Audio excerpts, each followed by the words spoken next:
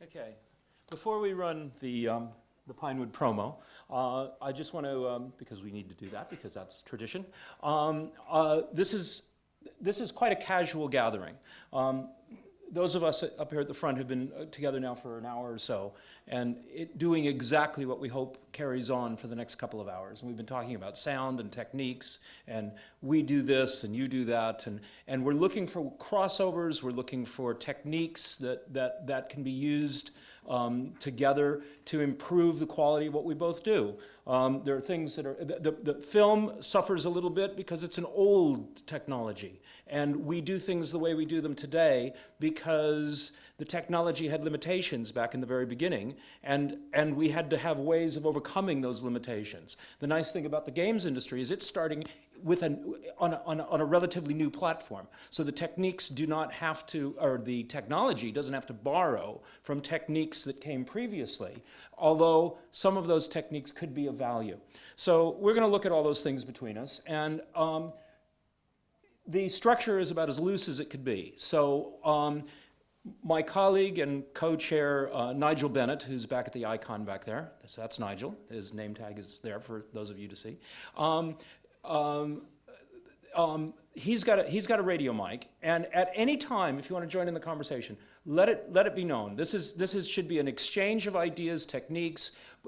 We want to understand why we do things the way we do them on each side. I don't know. It's kind of weird that we ended up on the left side and the right side. Thinking about that, we should have been mixed up. We kind of blew that, didn't we? But there we go. Let's run the promo.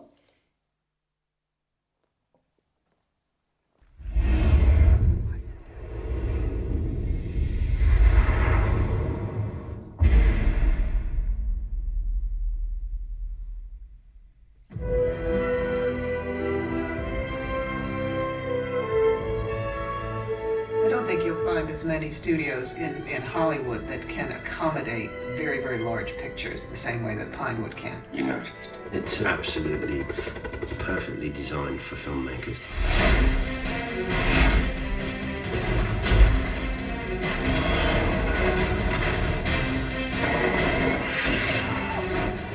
So many big productions now want to shoot in the UK. And you want to shoot at Pinewood or you want to shoot at Shepperton.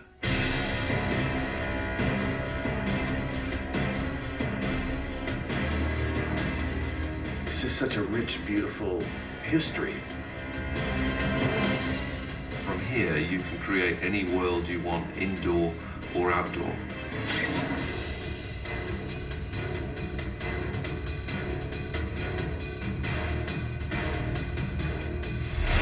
For a filmmaker, there's an incredible sense of security that actually things are going to be great. That's the thing that just gives you the energy, is just seeing all these great artists at work. You come to London, you come to Pinewood Shepperton, you make a movie with the best crews in the world, in the best environment, with the best flexibility, and that's a winning combination, I think. You just feel the art of filmmaking, and it's just so exciting. Someone started all of this.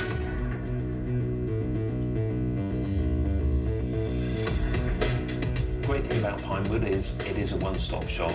Everything from artisans through to technicians are as good as anything you're going to get in Hollywood. Thunderbirds obviously has a lot of visual effects shots, 643 if you're counting. We were all put in one place together, and it was invaluable, really. We just decided to build sets and do it all within the studio, so it's all going to be done here.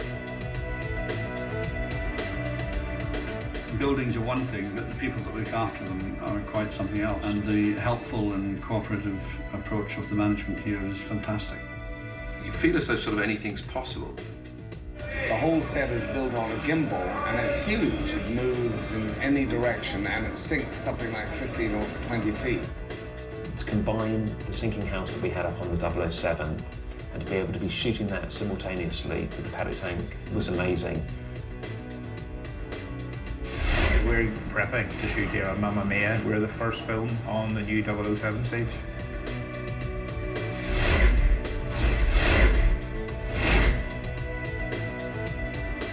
We we were building the Chocolate River on there, and it's so associated with the James Bond stage that people think, like, what kind of a James Bond film is this, you know? We used the big water tank.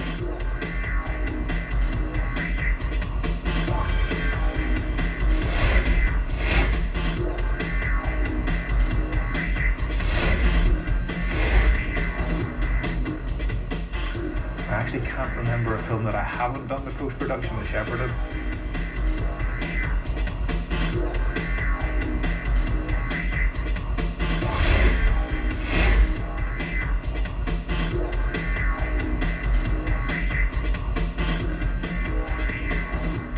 By the time we came to make Bourne Ultimatum, I wanted to shoot it here at Pinewood. It's a testament to the appeal of Pinewood that it was actually quite an easy decision. This is where I want to make pictures. Smart. The most secure feeling is to be at either Pinewood or Shepperton. Oh, for me, it's number one. Pinewood is amazing. This is my home studio.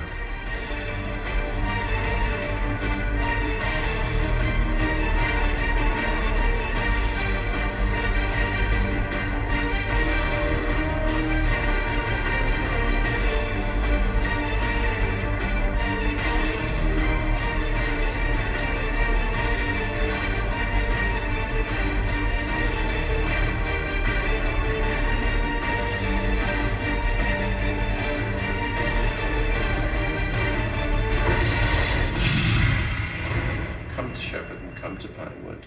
We're the best. I can see that.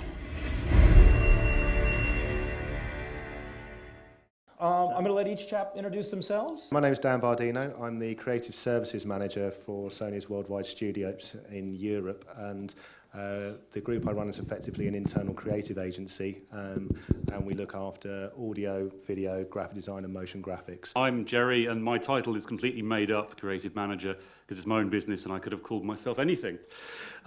Media Mill is an audio company, and we specialise in things like sound effects and sound design for games. So it could be one day we're out recording cars, and I've got some nice pictures to show you of us doing that for racing games. And the next day you could be trying to make up sound effects for a medieval brothel. Hi, I'm Richard Jakes. I'm primarily a composer. I've been working in the games industry for 16 years. I started my career as the in-house composer and audio director with Sega back in the 90s, working on things like Sonic, etc., etc. For the last 10 years, I've had my own company, primarily specialising in interactive music for games, soon to be expanding into other areas of audio too. I've worked with most of the publishers in the games industry, and I do about 8 to 10 titles a year across all ranges and styles. James? I'm James Hannigan. I'm a composer as well. I've been working in the industry for about 15 years. Work on Harry Potter series, Command & Conquer, EA Sports titles, a whole range of things. Also work in TV from time to time, most recently Primeval. And before John introduces himself, the only reason we're here today is because John and I had lunch together. And I can't remember how many months ago it was, but it was an awful long time ago. And the idea was that our conversation was pretty exciting, along with Glenn and some other folks, and we thought it would be nice to widen the audience so that more people can enjoy that. So, John Vincent. Hi, I'm John Vincent, audio director from Ubisoft Reflections. I cut my teeth on the Conflict titles, so Conflict Desert Storm, Denied Ops, and all those kind of games. So we did that was for SCI and IDOS. Then I moved over to Midway and finished off the Wheelman, and kind of got that released on time and in budget and all the rest of it. And now I'm at Ubisoft Reflections, working on the Driver franchise. Thank you, John. And in the blue corner... I'm Brendan Nicholson. I'm a sound re-recording mixer here at Pinewood and Shepperton. I've been here for 15, 16 years now, and have slowly worked my way up from kids' TV through TV drama to various feature films. Hi, I'm Glenn Gathard. I'm a Foley ADR recordist.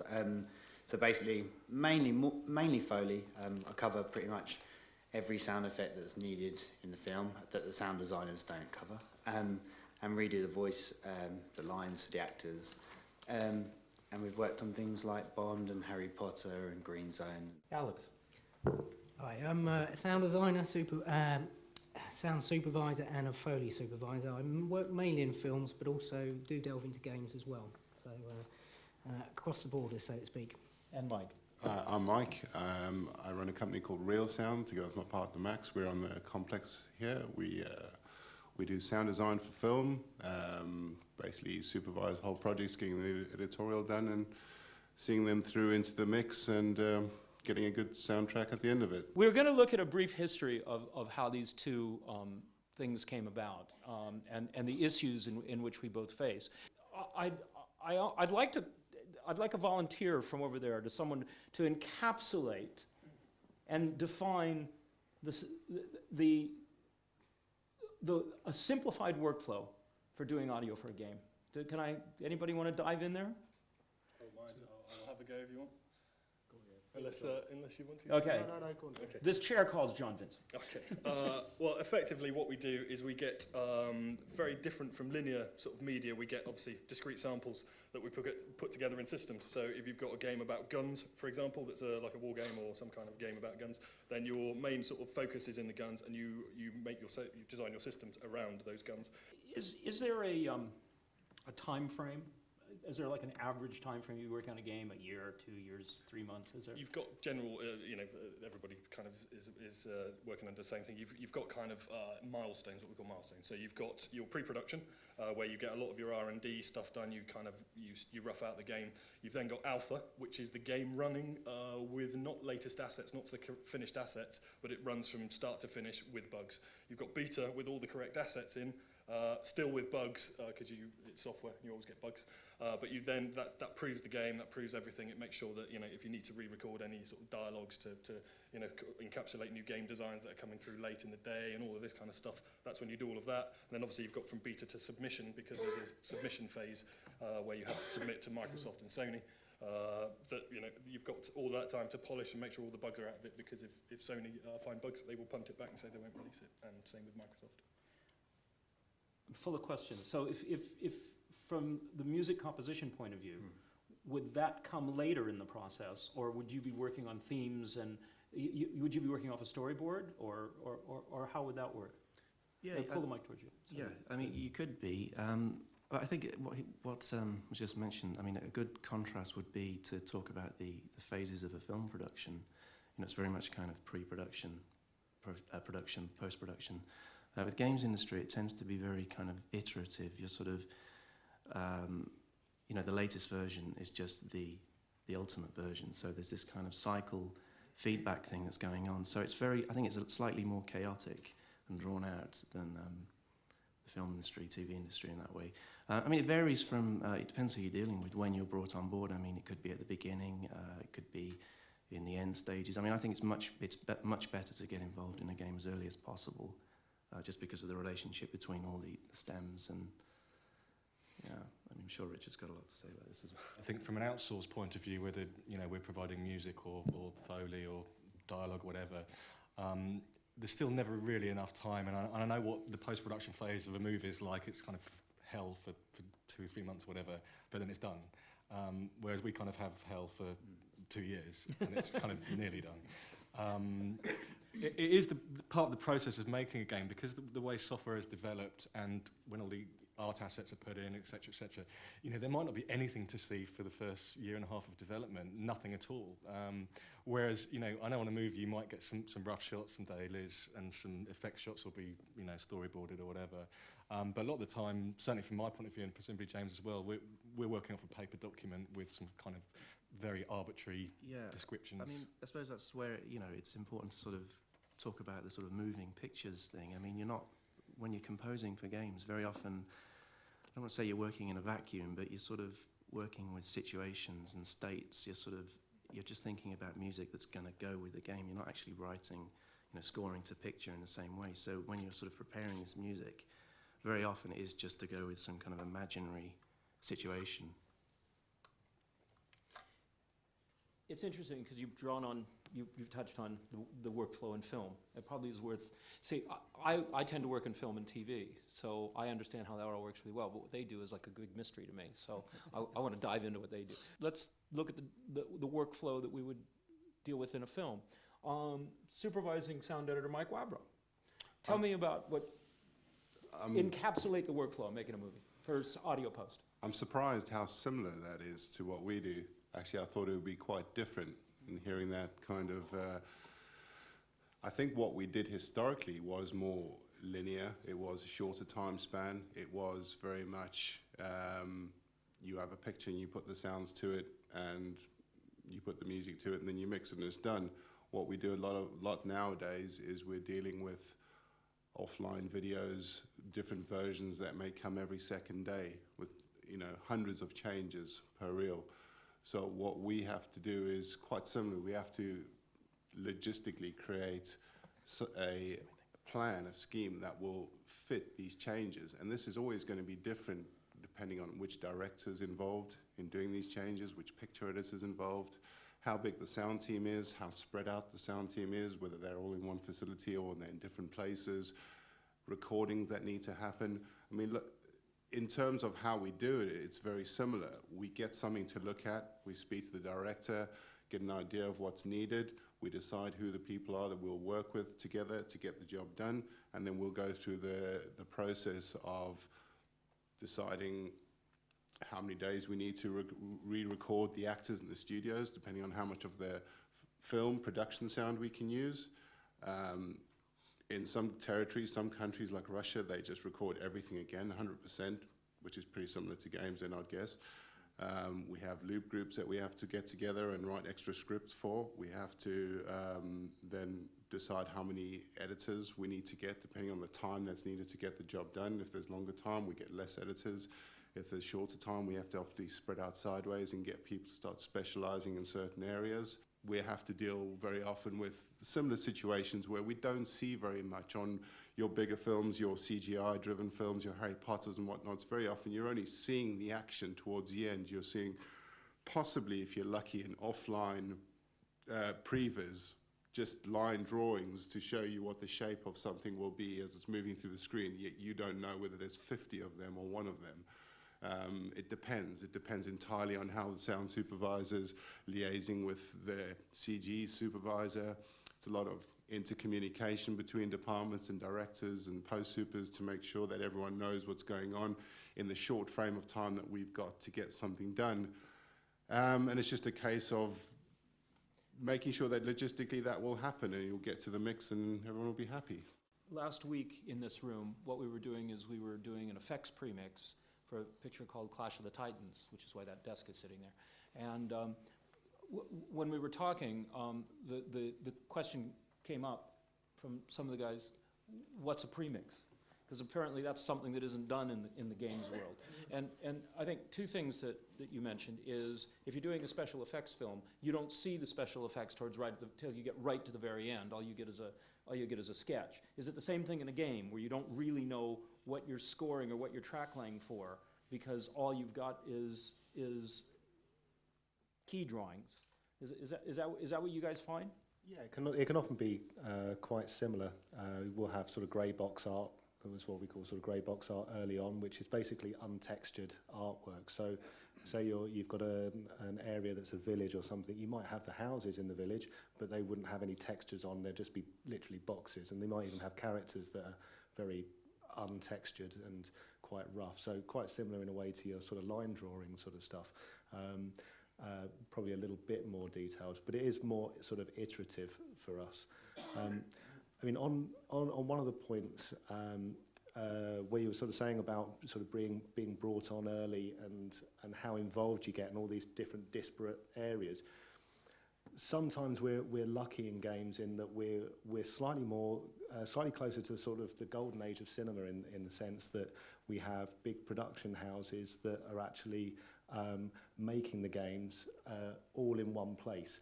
And actually, like in the golden age of cinema, they go to theatres that they own as well, so they understand the format kind of thing. I mean, I'm in that sort of position that we're lucky we have the whole sort of chain. So internally, and John will be the same as well, that internally you get to work very, very early on with something and hopefully get to define how a lot of it actually works by having those dialogues and working with those people day in, day out and being on site with them. So that's maybe something which we get a sidestep around that communication issue often. Would you have, in that structure, would you have your own in-house sound designers as well as composers?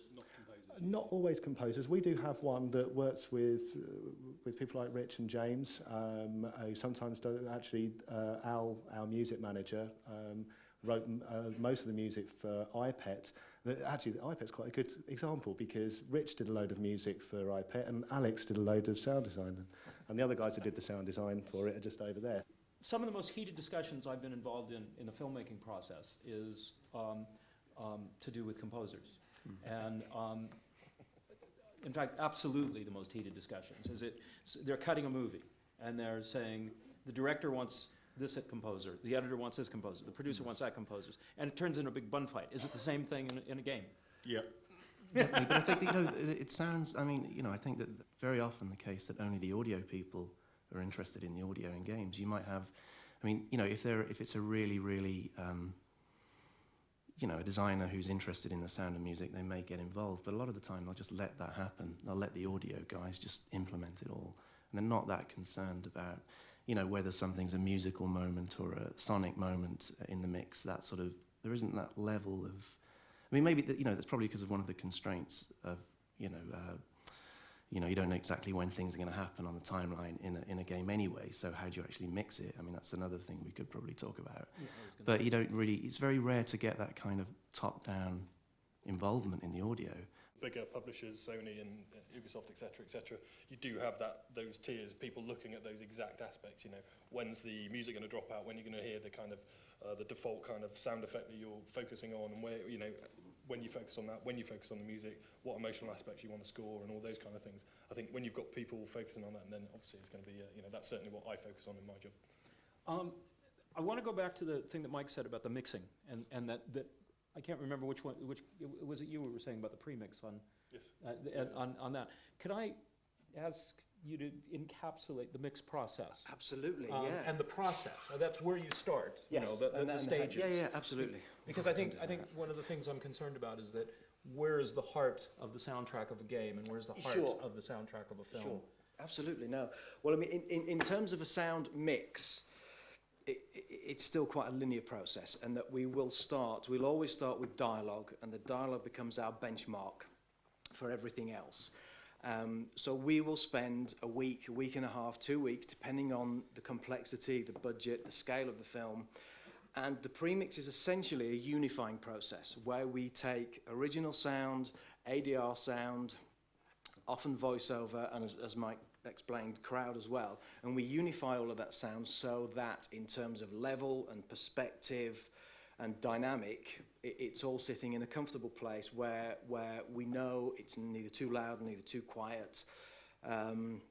And then once we've made that package, we'll put that aside and we'll play the effects against that, and then we'll unify the sound effects with the dialogue so that they all sound like they're in the same environment. We're often presented with lots of disparate sounds from lots of different areas, whether it be laid sound effects, whether it be Foley sound effects that were recorded in a very controlled, quiet environment that have to stack up against potentially noisy original dialogues. And then we'll do that with the spot effects and the Foleys. We'll add in atmosphere to give everything a sense of place, a sense of time, if it's a period piece.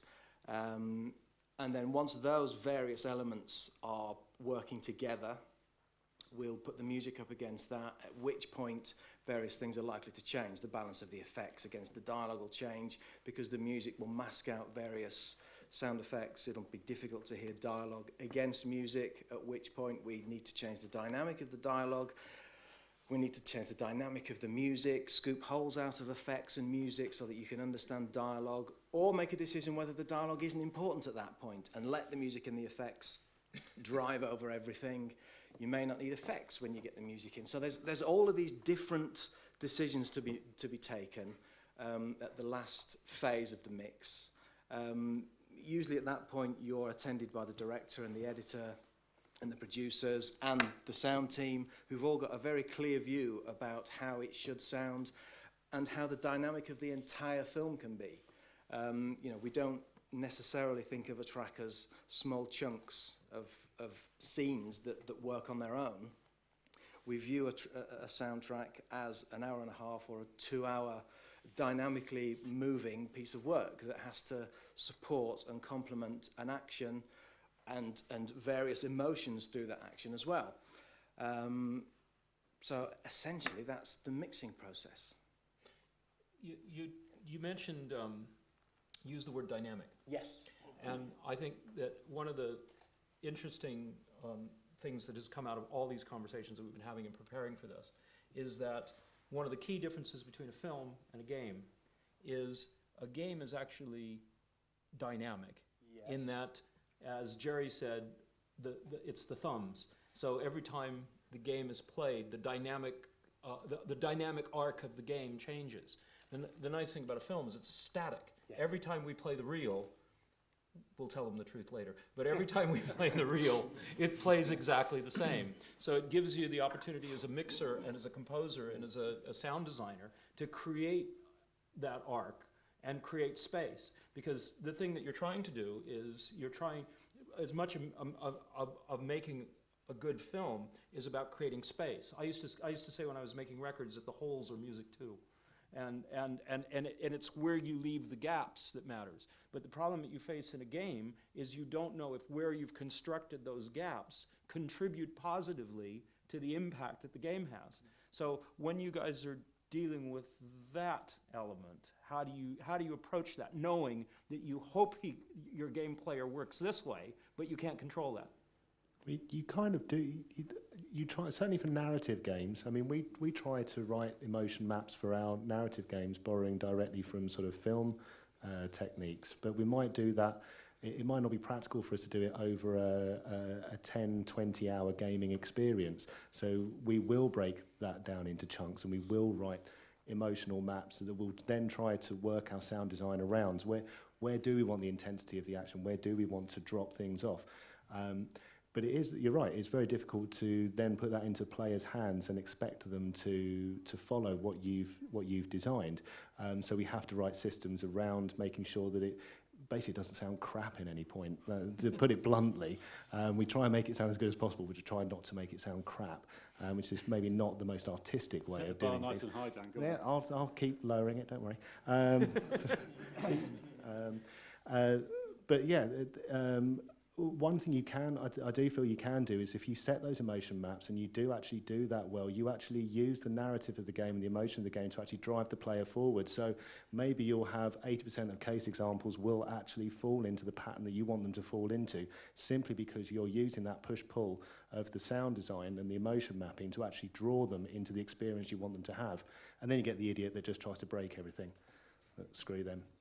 James, the goals may not always be the same. I mean, you may not be just trying to comment on what's just happened in the game in the sort of storytelling way. You may actually be encouraging them to do something, sort of punishing them for playing incorrectly, or there's any number of things that you can do. So I mean, I don't think the goals are always exactly the same with games.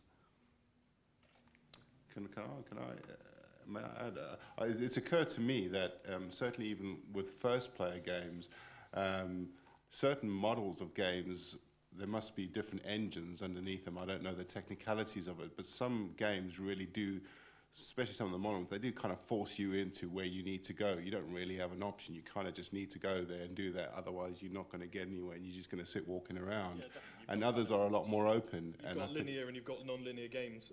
Right. You know, some games they're very corridor-based, and you just sort of go up, shoot some stuff, go into the next room, shoot some stuff. Or some other games are big open city, and you can go and choose what you want to do and what you want to interact with. So yeah, again, you've got, in terms of the different genre of game, you've got much different ways to approach it, kind of thing. So in an open world game, how do you make those pauses? How do you make those, how do you gauge that kind of emotion at any one point? Because they can effectively do anything at any time. Exactly. So it is really, that is a challenge massively. Yeah. Well, there's like a game like Prototype, for example, there is no real, you could play it in any order, you could do exactly how you wanted to. Well, then, what am I playing now, Dark Void? You pretty much need to just do what they tell you to do and just get it done and move to the next level. But you can see that obviously the approach from a sound perspective would be quite different on the two about how you... You also have a problem, even on the most linear of games, that obviously I imagine one of your key drivers is pacing.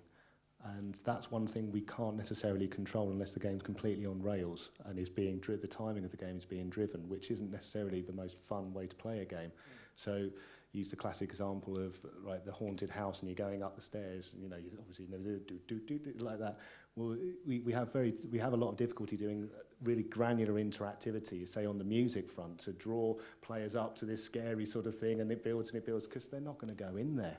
You're sitting, you're watching a horror film, you said, don't go in there, don't go in there. You're playing the game, so all right, well, I'm going to go in there. That sounds terrifying in there. I'm going to go and get a load of bullets, and I'm going to come back armed. So we have little things like that we have to be kind of careful of.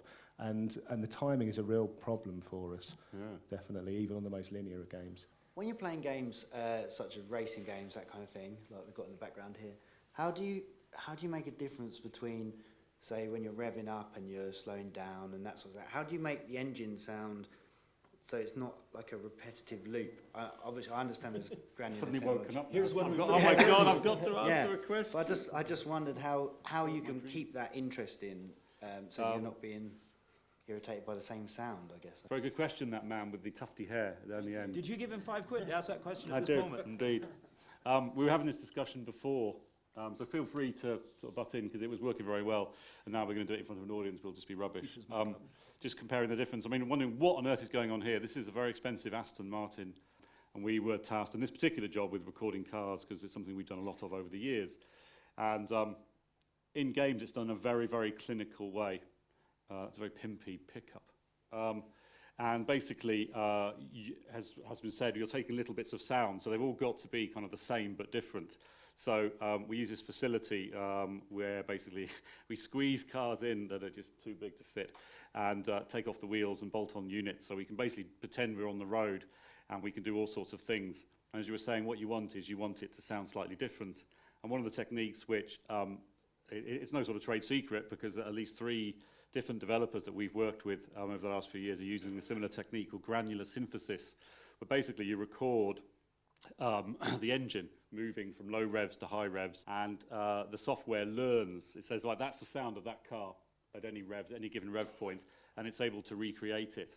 And what it does, it breaks the sound down into tiny particles, to grains of sound, and it's able to reproduce them slightly differently each time. It used to be a microphone at the front, a microphone at the back, and then it was 2 microphones at the front and 2 microphones at the back, and now it's 4 microphones at the front and 4 at the back. So we've got 8-channel recording going on. There is a lot of sort of crossover with film, but even with the cars, it's not just, I'll have a few revs, a few sounds of it driving. You're not, when you're hearing a driving game, you're not hearing the sound of a car driving.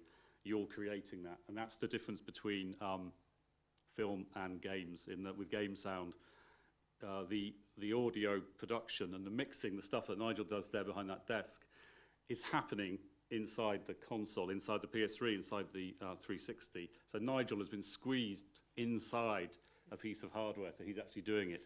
And you're the director, you're calling the shots. This is each of those microphones around that Monaro, and what, in this particular case, the game developer will do is they'll get what they think is their perfect mix, and it's actually going to be a mono sound coming out, because it's going to be panning around in a 3D environment. So just to hear how loud the stuff is. Just 'cause I like the massive V8 engine.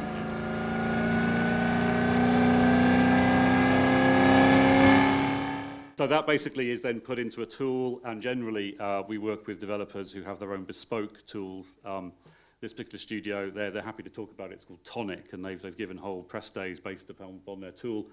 And it does exactly that thing. It learns what the engine sounds like at different revs, and it's able to reproduce that. So in terms of a very long-winded answer to that question, different people work in different ways, and obviously we work with different developers, so we don't talk about what each one does. But as a general rule, with something like this, you can, with grains, you can make it different. You can mix up the mix every single time. Obviously, whatever driving game you've got, you may have a bumper cam.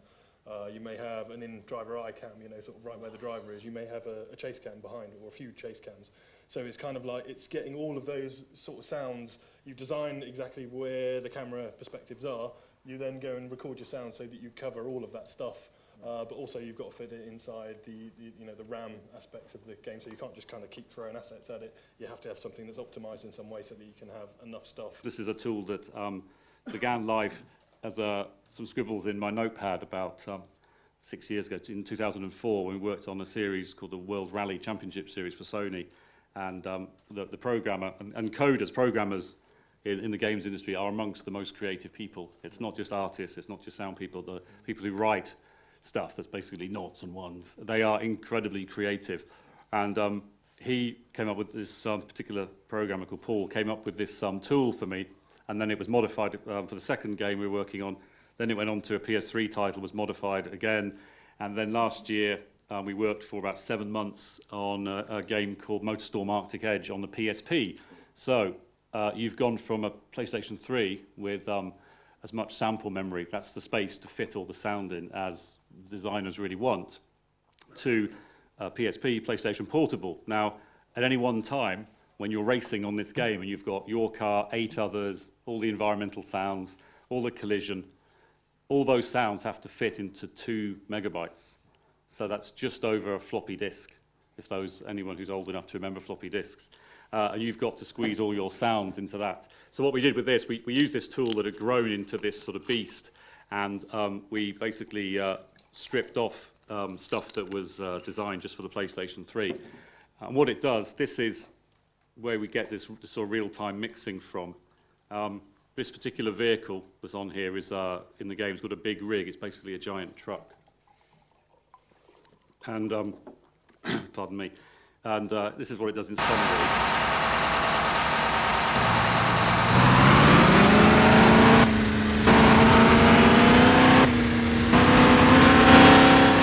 This basically, you drag in all your bits of sound, and they're all tied to different functions. So in the middle here, we've got all the different bits, all the different functions within the car. And over here, we've got all different events that can happen. So this is where that real-time mixing goes on and all that real-time putting together. And bear in mind, this is on a tiny device no bigger than this. It's going to be played on. It's going to be played when you're sitting on the bus. So the sample rates are it's also a key factor in squeezing it all in. So it's only 22K. So that sample sounds like... So that's how long it is. It's just a little loop. And you basically can build them all up. And what this shows you down here, this is the volume curves of them fading in and out. And they're being pitched up in real time. So that's the pitch curves of them as well. So there you go. Those are the pitch curves for those samples.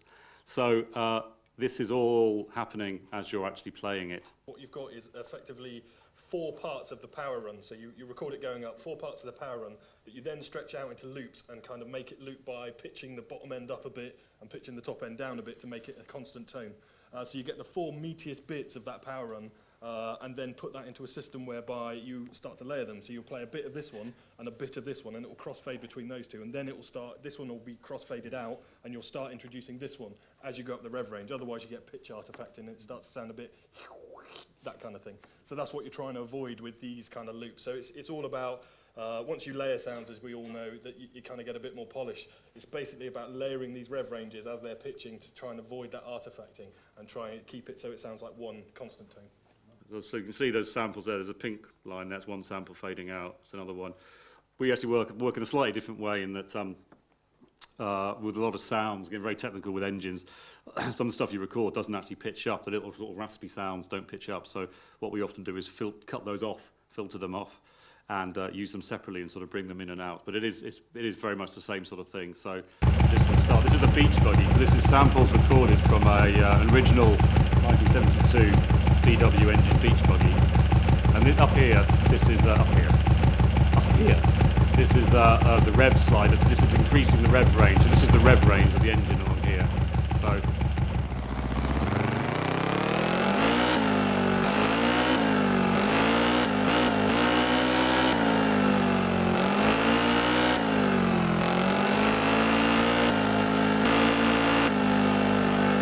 And what we've got there is a difference between on and off the throttle. That was one of the questions. Basically, when player lifts sweaty thumb from button that's controlling the accelerator, you will get a different sound. Something else as well is in this particular game, even though I say it's only on something so big, you also have real-time mixing with the environment. So when you get airborne, this is racing buggies and stuff across the Arctic wastes, and you get airborne, what you want is this effect of everything disappearing. So the engine goes quieter and you get this sort of wind effect, and we've got it in here, and it's one of these events here. So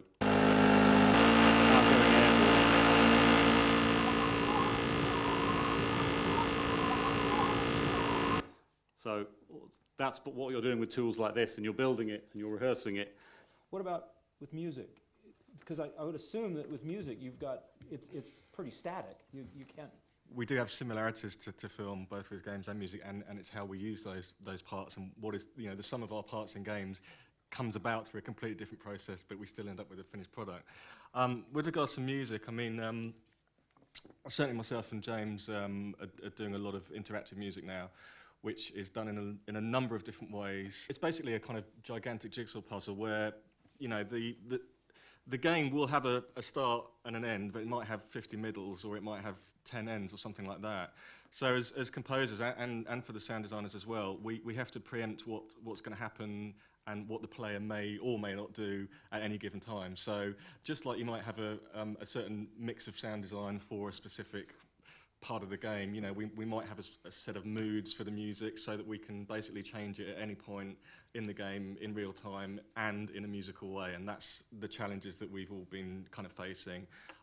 There's a number of ways of doing it. There's various layering techniques. There's using small chunks of music and pinning them back together in the game so that it sounds like a coherent piece of music. So if you were doing we were talking earlier about recording orchestras in pieces, and so if you had like your strings and then you had other accented stuff in there, would you'd have that all as an asset, but you could play it back in different ways. So you could change the mix, or would you insist on mixing it and delivering that as a complete asset? Which it really depends. I mean, that technique using stem mixes is used, but it's not the most effective for the simple reason that all you're doing is subtracting a percussion track or adding a string track or a brass track. This is a very simple example using 3 stems of music. They're very simply just stereo tracks. So the 3 kind of emotions we're trying to invoke in this particular example is a guy discovering a new landscape, and then the guy running, and then the guy resting when the player does nothing. Those are the 3 main states of the game at this point. So what I did was I composed the discovery track first, and then the running track, and then the rest track. And as if by magic, this is just literally the discovery track playing.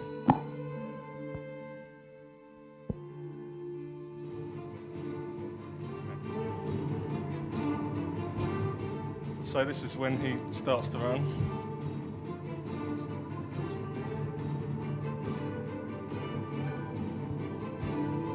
And just literally by fading them,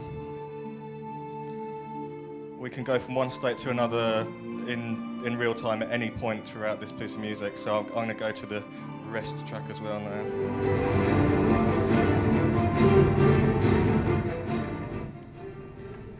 So that's one technique, which is completely different from film and TV scoring, because, as I'm sure James will chip in, you have to think in a completely different way. You know, that chunk of music is still a linear chunk of music, fair enough, it's a 2-minute cue, but you have to think from a top-down point of view as well, where, you know, you can go through various key changes, tempo changes, etc., but what are the other layers going to do when you do that? So it's kind of subtractive, additive. It's probably quite as well. important to sort of mention that those tracks are related. You know, they have the same kind of completely. They have the same structure basically. So they same harmonic structure. Yeah. This is just another very quick example. This is mainly using short chunks of music. This is an example from a game called Mass Effect that I did about 2 years ago, and the sequel's just come out. It's a very, very narrative-driven game which uses a lot of branching storylines. There's about 50,000 lines of dialogue in this and multiple characters. This particular sequence, the main character that you'll see you do not know the privilege of there, that's Matriarch Benezia. When you meet her in the game, you might have met her daughter and you might not have met her daughter. So this is what they call an interactive cutscene, where it can play out in 2 completely different ways. Now, if you have met this character, her daughter, the cutscene is about twice as long and it does something completely different than if you haven't met her daughter. So what we had to do was basically build it into small chunks. So if you look at the track that says Bounce TS, that's basically a mock-up that we did in Pro Tools to show how it's going to happen in the game. There's another 2 tracks above that, Music Battle, Riff Station, which is the actual in-game music. So if you can see, we've just been using these loops, and then after this particular conversation, we go into a piece of gameplay. And again, that has to be related harmonically and musically.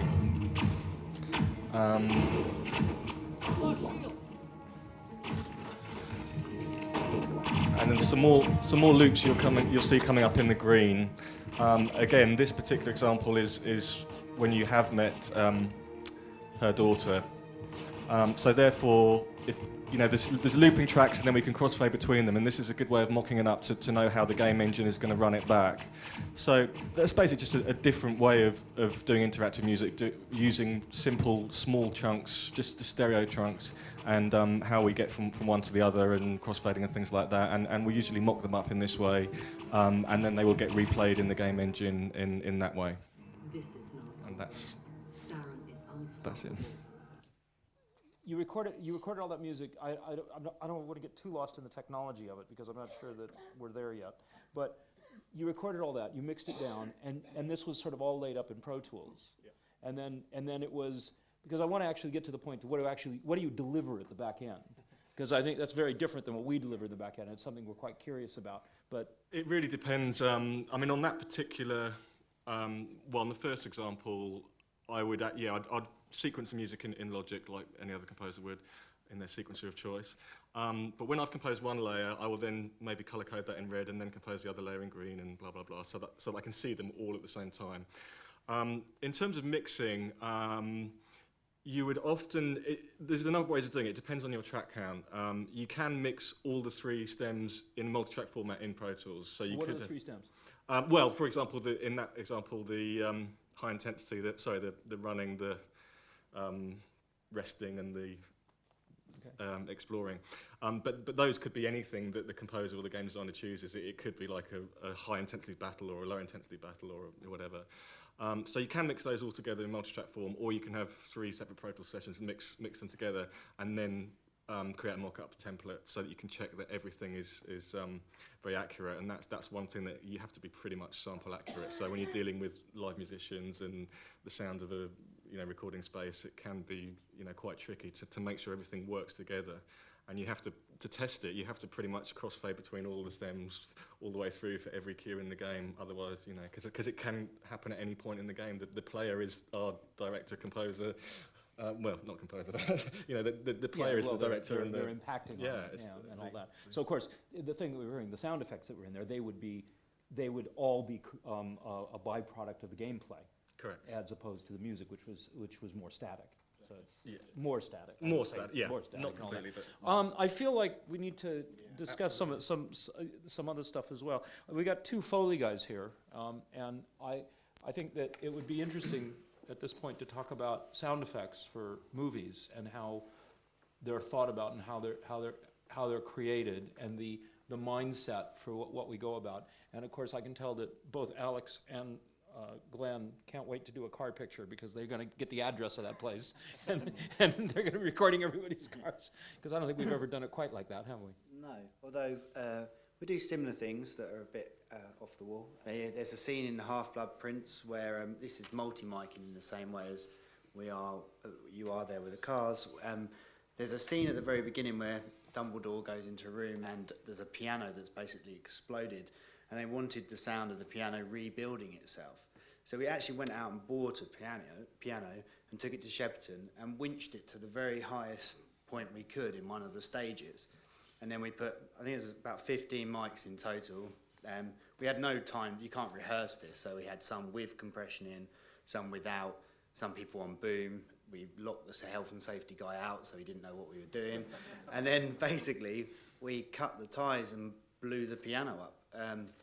And so we do some quite unusual things, and that was really good. It turns out it sounded rubbish,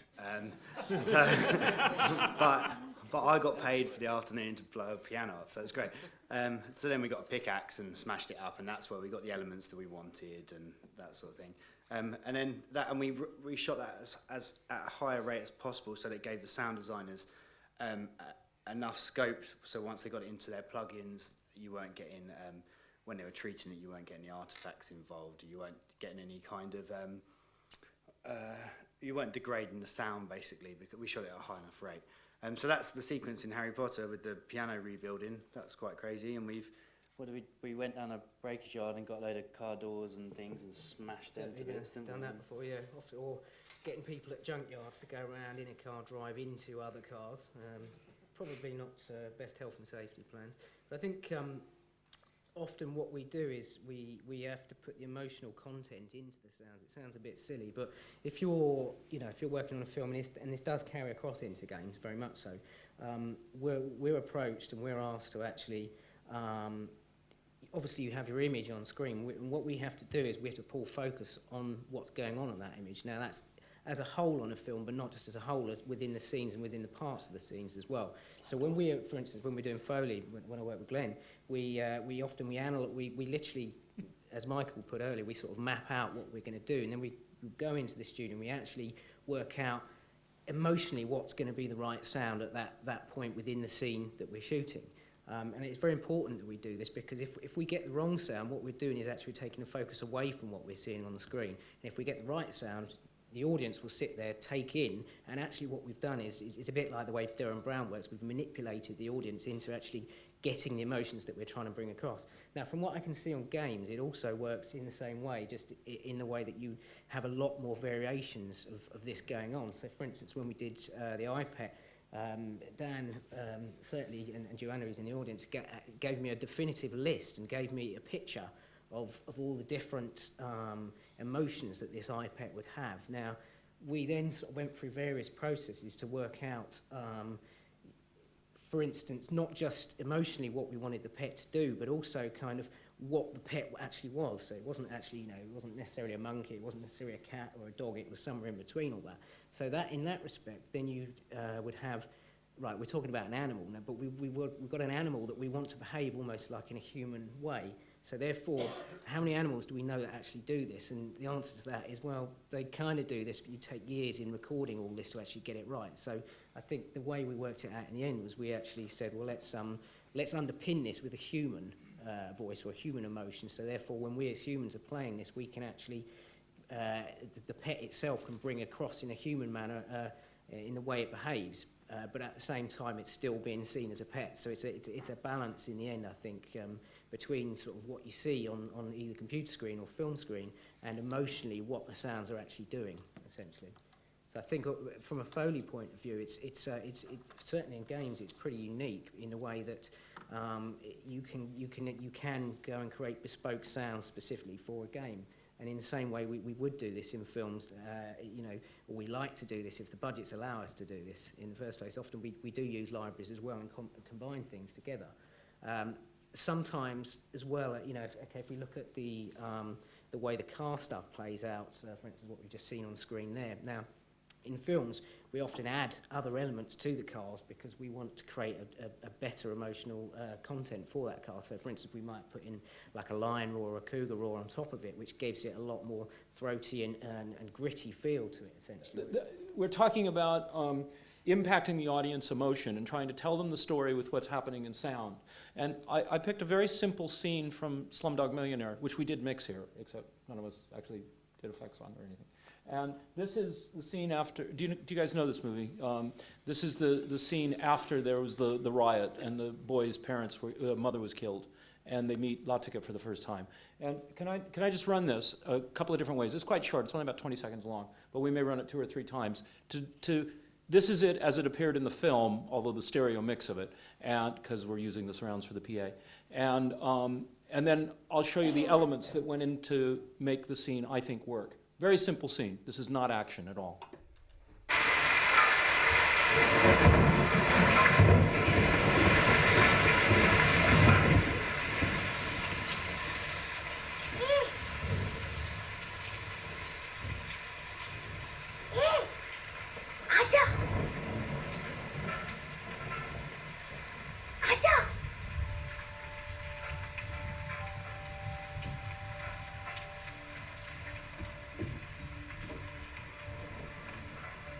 तेरे अम्मी है, अब्बा, मैं जमाल और वो मेरा बड़ा भाई सलीम। मैं लतीका। तुझे सोना है तो सो जा।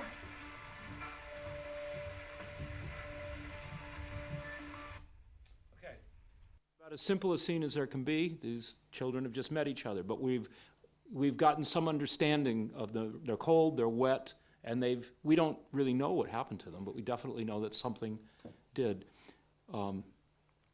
emotionally mess with them. So the guys who put together the soundtrack, the first thing they needed to do was to create a sense of the fact that it's wet. So they created these spot effects.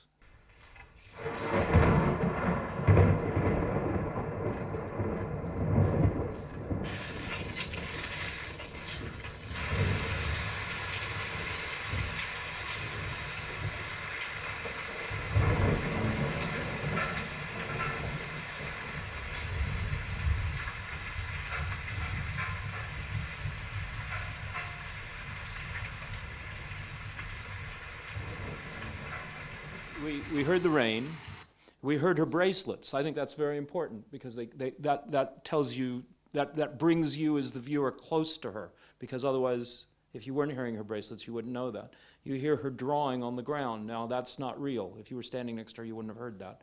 Also, there's also the question about, that we always struggle with is where's the lightning and where's the thunder? They never come together yet. For some reason in the movies, they always come together. This is what was started with. And just tell me, in your own mind, have we increased the emotional content or have we not?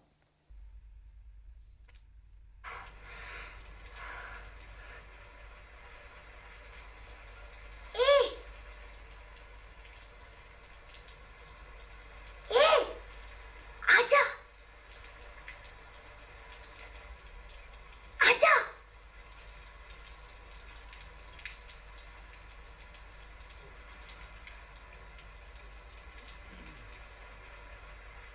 तेरे अम्मी है, अब्बा, मैं जमाल और वो मेरा बड़ा भाई Salim. It works, but we don't know anything about the characters. And by what they put on with the soundtrack, they told us something about what was going on. Also, there's an absolutely brilliant piece of Foley in this, which I happen to love, which you'll probably go, it's rubbish. Can you run the Foley track? And that's her feet, because I think they tell us a lot about her, because they're flappy and they're wet.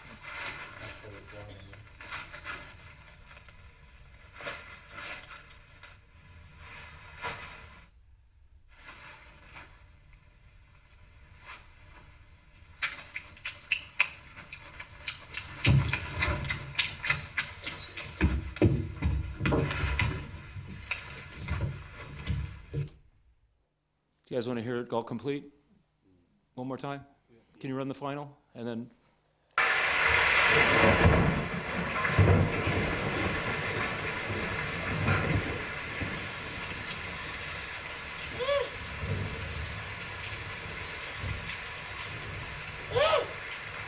आजा, आजा।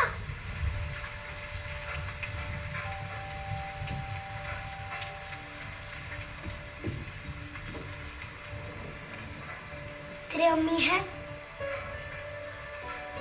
अब्बा, मैं जमाल और वो मेरा बड़ा भाई सलीम। मैं लतीका। तुझे सोना है तो सो जा। Good. Go on, Alex. Go on, say it. Well, I think when we listen to that, there's a lot of conventions in there that we've set up in, not me personally on this film, but they're conventions that we've set up in the film industry. Things like, for instance, the thunder and lightning, as Dennis rightly points out, they don't happen at the same time, but what it does is it gives you this, most people who've been in a storm get this sort of nice feeling from the thunder and lightning. So that therefore is something in real life that we'd all take that would give us this certain feeling. We've taken this in a film and we've then used that again to recreate this emotion, essentially. Then you think about okay, the bangles are there, as Dennis rightly points out, and the feet to point you in the direction of the little girl that's running about. There's also some context going on in there as well. Is if you hear the little metal sounds, that's I'm assuming that's actually the rain falling on the metal roof of the Yeah, that's what, so of the hut that they were in. So it's also telling us where they are as much as anything else. So you've got various different emotions going on at once. So it's such a nice piece. It's actually nice to see it broken down like that as well. I've been looking for a piece of film for years that demonstrates what we do in audio post, and that scene does it for me, because it's such a simple scene. You play it and you go, what's there? What did you do? You didn't do anything, because that's just happened, didn't it? And of course, if you take it apart in the components, it didn't just happen, and that's what we tend to do. Same thing for you guys? You were saying with the feet as well. It wasn't the fact that they were just wet, but they were small feet. Yeah. And a small person who's out in the rain. I think that's the key thing with that. I think that's absolutely brilliant. That's a perfect case study of how sound can work, because they were little girls' feet, and I've got kids of my own. You hear that and you just think. Well, and then the transition between the flappiness when she's on the on the concrete. We never see what her feet are on, really. But then she comes into this wooden box, and we don't know what they're in either. There's no establishing shot, but we don't need to know because it's established because of the soundtrack. I think massively important in games as well, obviously. Exactly. I think something that film has always done, that I think games are only starting to sort of learn, I think, really, is that with games it's kind of see it, hear it. So you have a character that has footsteps, and every time it walks around, and I've worked on games like this, and it's, but you turn off those bloody feet, because it clunk, clunk, clunk, metal, metal, metal, grass, grass, grass. And film knows when to get rid of stuff. And I was watching Beowulf the other night on DVD, absolutely brilliant, and it's really gamey. It's got a real game feel because of the way they filmed it and animated over the top. And the sound design, which is by Randy Tom, is absolutely superb. And for me, and obviously I'm biased, I'm a sound effects person, but I think some games layer on the music too much, and then it's always there. I should say that I'm biased. Obviously you're a wonderful human being, and I don't mean that.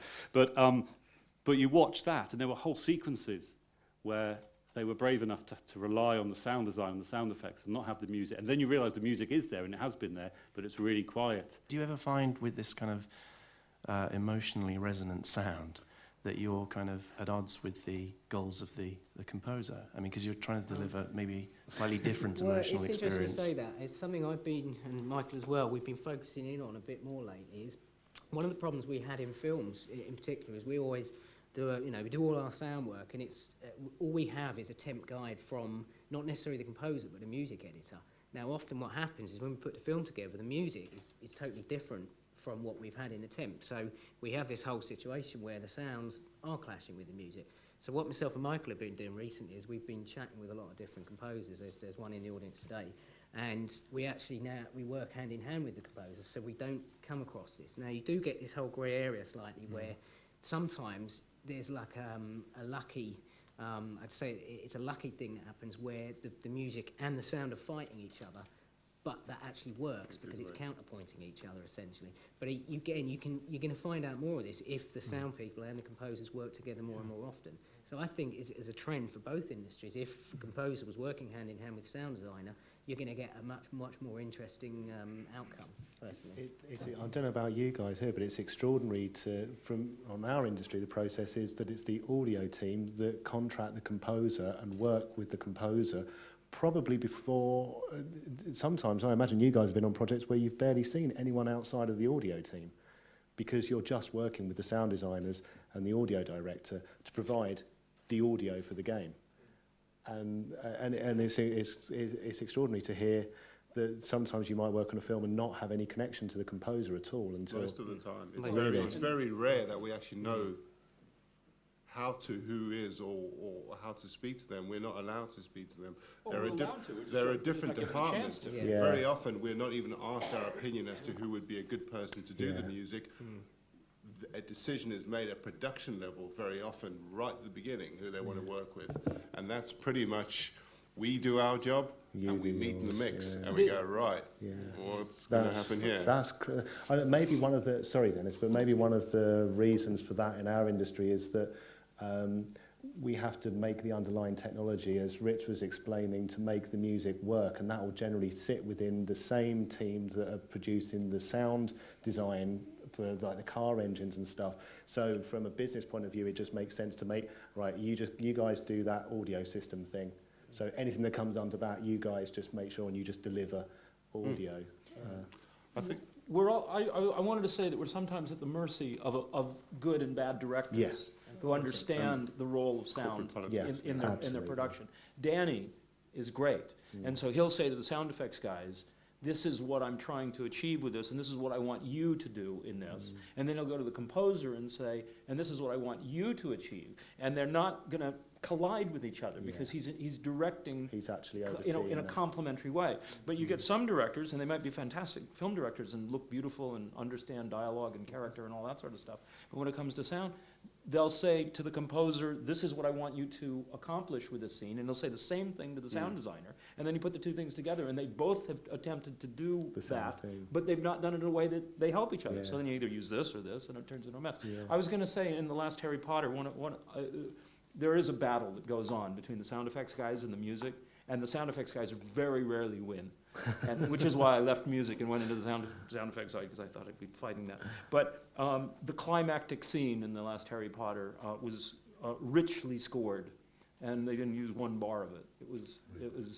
They took it all out because they felt that the emotional impact was greater to run that entire scene. I wish I had it to play. The entire sequence, the big Voldemort, battle.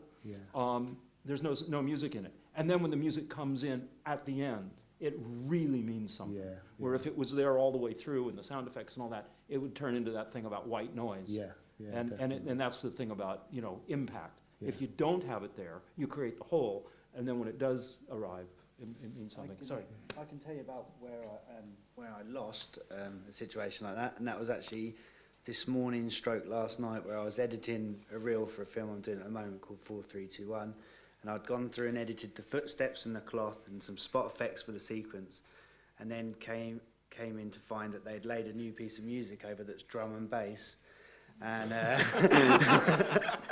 I'd not been told about it at all. So I lose on all of that. But it is a good movie. I suppose because of that system thing on our side, it's basically like if you were the only person that had any access to Pro Tools, and so they had to go through you to put it in.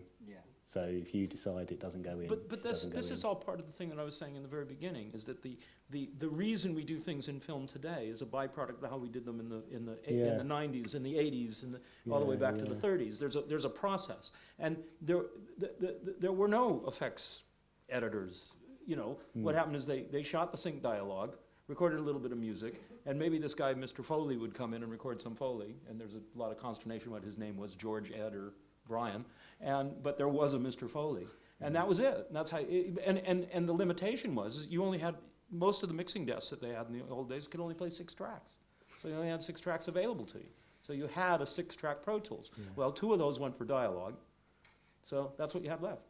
But isn't it fair to say that games also had that restriction in the early days when we're talking about Commodore 64s and whatnot? So they're all born out of the concept of sounds having to live on a chip and the computer being able to somehow reproduce them as you're playing the game. Hasn't your what you do now, isn't that still born out of essentially a starting point that began 30 years ago? Yeah, absolutely. And someone else want to pick that up? Yeah, I mean, certainly when I think the first game I did, fresh out of music college, and I did a formal classical music degree, and I was working on one of the earlier Sega consoles. I forget which one it was now, but I remember I had 32K of music memory to fit all my samples and all my MIDI files and everything for the entire game, for the entire music in 32K.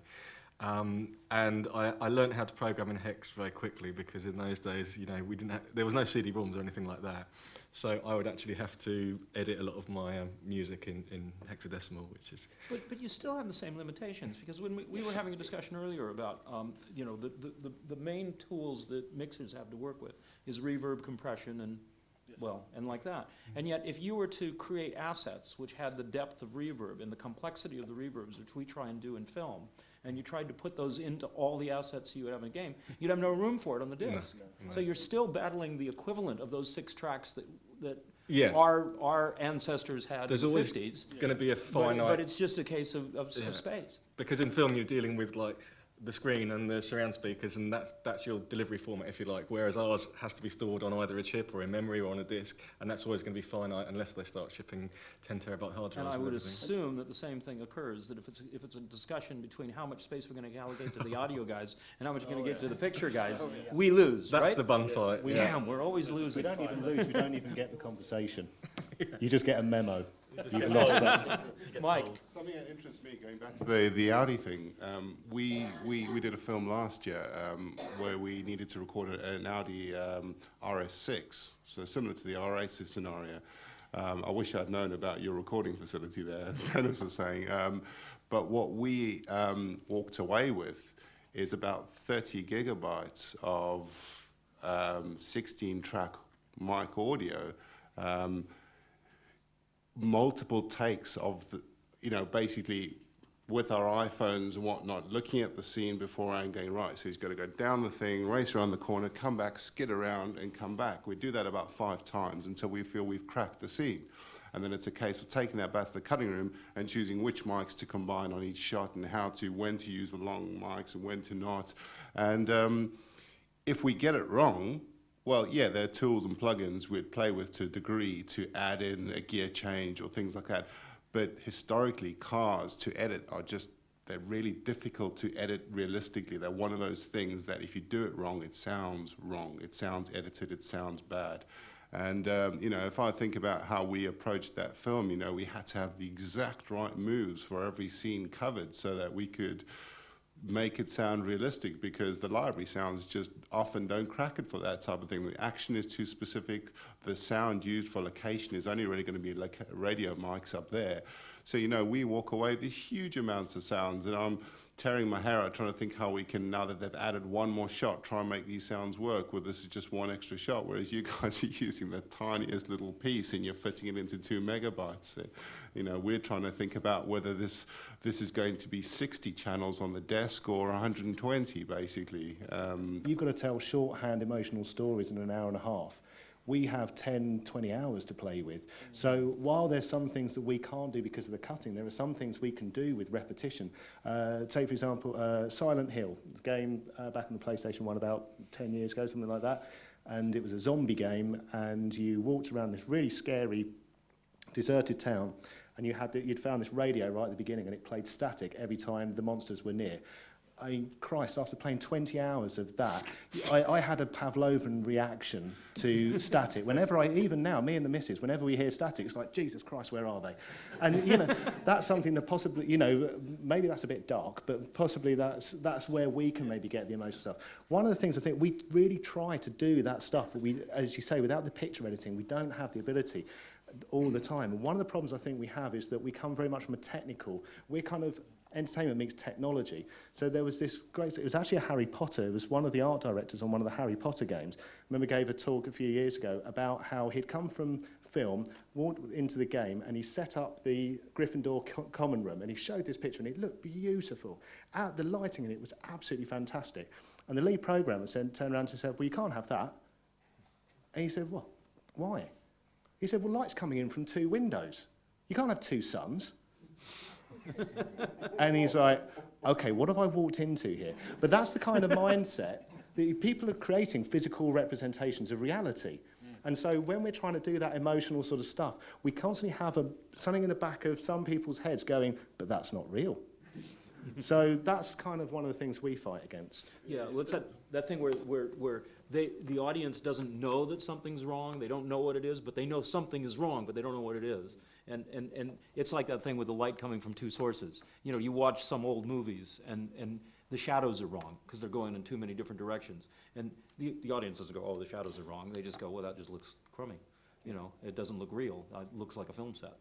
I think the difference is, though, we're trying to always get it, like Alex is saying, a clever growl on a flash shot of the car suddenly revving and trying to get it underneath it. But we know that we don't want the audience to hear it. We want that track to get lost in the other tracks. And then it's something that's creative. It's something that you get a sense of something different on that shot. You're not sure what it is, but it sounds like a car rev. And I think we're still trying to aim, but we're trying to throw the stuff in without, something that possibly holds games back. I mean, we've done that kind of thing. We've done sound either for cutscenes or for promo stuff, where they've got some captured footage of a PS3 game, no sound, and we get asked, we worked on the sound, we put some stuff back on, and I've put on a squealing pig when somebody hit something, and just because it seemed like a funny idea at the time. But if you had to do that in game, the problem with a game where you say, well, I need 8 different types of squealing pig sounds so that they don't all sound the same, because, as has been said, you might be playing that game for 10 hours, and if you hear it once, and then you hear it for 10 hours, I think that's our problem. We kind of paint ourselves into a corner, and that you could have a really good idea that would work once or twice, but if you hear it, 400 times. Something else as well I've just written down here with sound in games is that, with all things in games, is that they're actually used often to give feedback and to give information rather than emotion. They're also used to give information to the player. So, for example, with those footsteps, as annoying as it might be, it's to let you know that you've moved from one surface to another.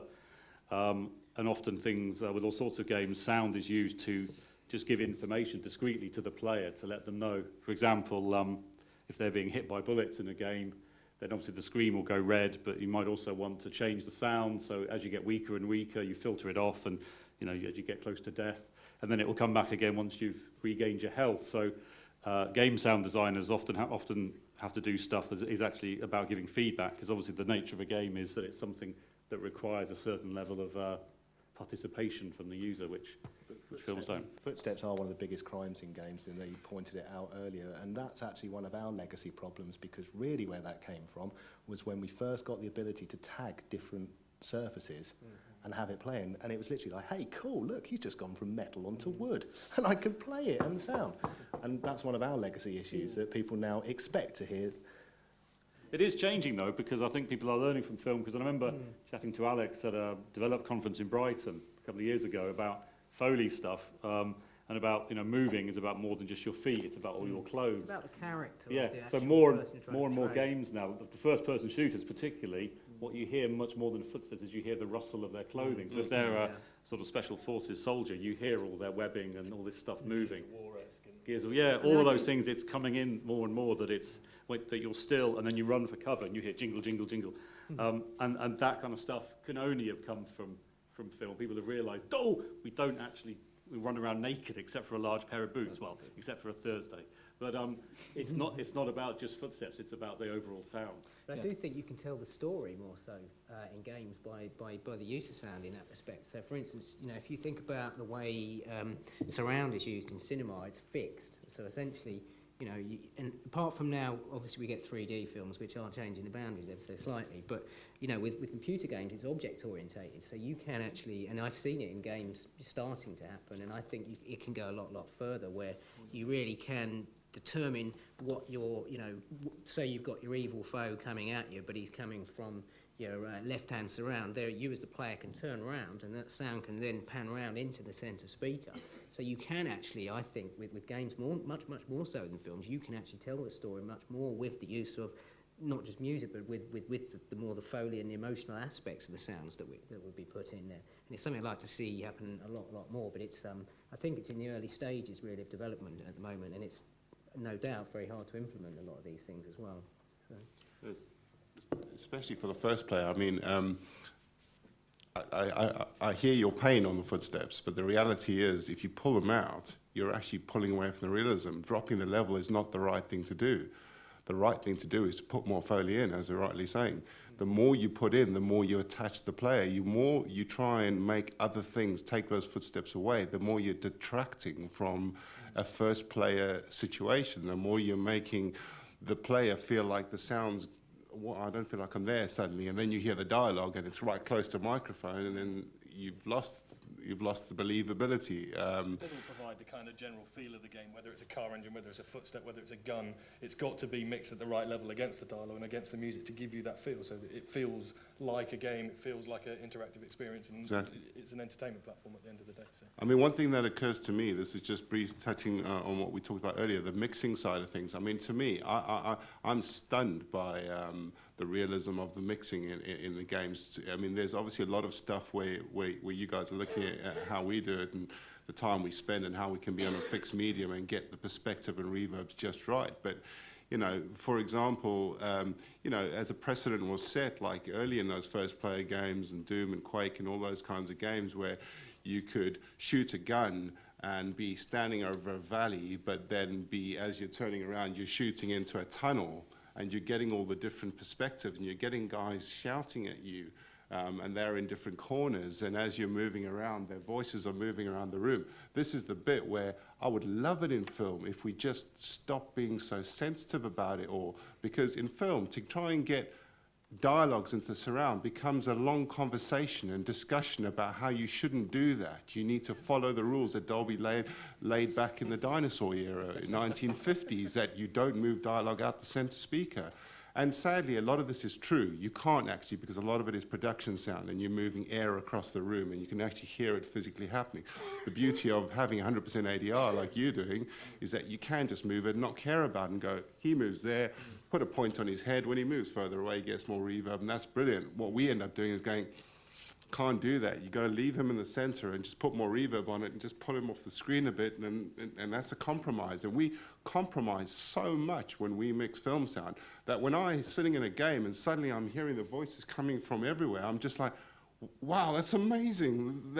When I'm moving, they are really there, and I feel like I'm there. The alien jumps out the corner, I feel like I really am there. And I know that in a film, we'd never do that. We'd never do that because we're trying to be too contained, and we're trying to follow a different set of rules often. Where we have the rule of the fourth wall, don't we? Yeah, we get told off when it's not just about or historically what we've done, it's about folding down to stereo. What happens then, you know? There's various technical issues that happen that stop you as well from being so, besides the air issue I was talking about. There's lots of things that stop us from doing it, but at the end of the day, when you hear it the other way, like we're doing games, is my point, it just makes me think a lot, wow, why can't we do that in film?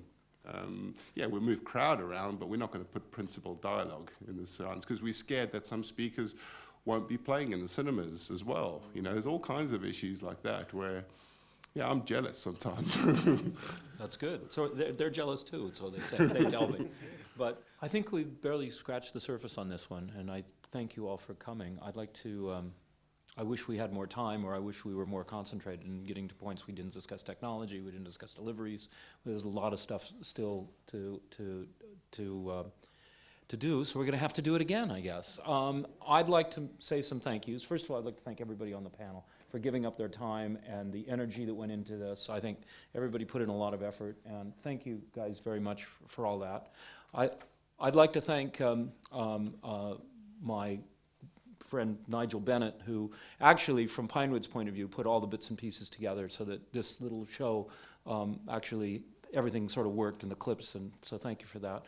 Nick, who looked after the sound, and Phil Frenchie, who's up in the booth hiding behind those windows, but did a pretty good job. And I'd also like to thank Southeast Media Network for putting it all together, and TIGA, and Andrew Smith from Pinewood, who helped bring all the elements together. And I'd like to thank you all for coming, and I'm going to pass the mic over to Lorna, and thank you all very much.